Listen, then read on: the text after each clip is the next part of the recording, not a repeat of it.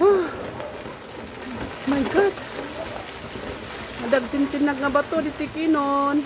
Tanaw mula sa bahay ng netizen na si Evelyn ang pagguho ng lupa at bato sa Sitio Camp 6, Barangay Camp 4, Benguet.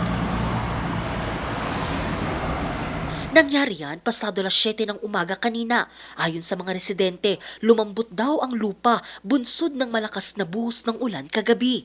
Umabot pa nga raw sa halos 1 minuto ang tinagal ng pagguho. Nagluluto po kasi kami, pangumagaan namin. Sakto na may tumilapon na bato. Hindi namin ko alam kung bato or no.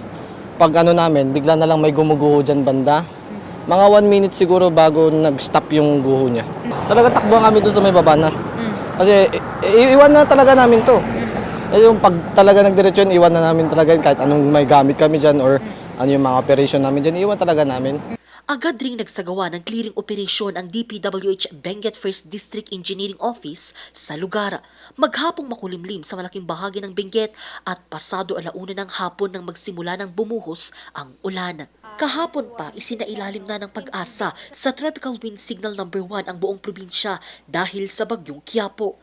Kaya naman todo na ang paghahanda ng mga barangay na itinuturing na landslide-prone area. Idi last month pinaayaban na kami kini Mayura nga talagang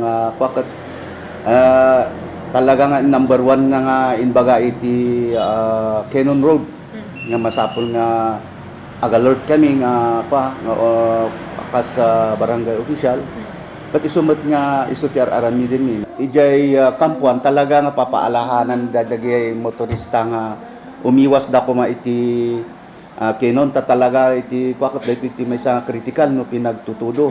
Itinaas na rin ng Office of Civil Defense Cordillera sa Blue Alert status ang buong rehiyon.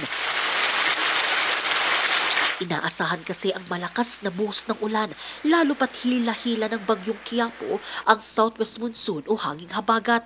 Pangamba nila ang insidente ng landslide at flash floods. Kaya lang karamihan na pangyayari ng landslide dito sa parte ng Benguet. Sa flooding naman po, we have, sa Cordillera, Abra kasi yung biggest na river basin. Tapos yung sa Apayao, meron tayong Abulog kasi, Abulog na gano'n. Papunta naman siya ng Cagayan. Tapos yung mga naka-preposition na po yung mga food packs, non-food item, meron din po sa OCD at saka DSWD. And then of course, mga local government units. May kanya-kanya din po silang mga pundo at saka na-purchase na. So, parang all systems go for the preparedness at saka sakali man needed ng tinatawag natin na response.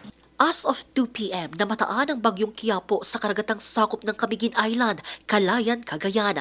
Taglay nito ang lakas na hangin ng 75 km per hour malapit sa gitna at pagbugso na aabot sa 90 km per hour. Kumikilos ito pahilagang kanluran sa bilis na 25 km per hour.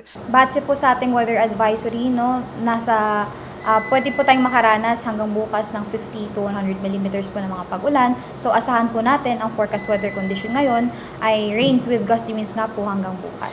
Muli namang nagpaalalang otoridad sa publiko na maging handa sa magiging banta ng bagyong Quiapo at habagat.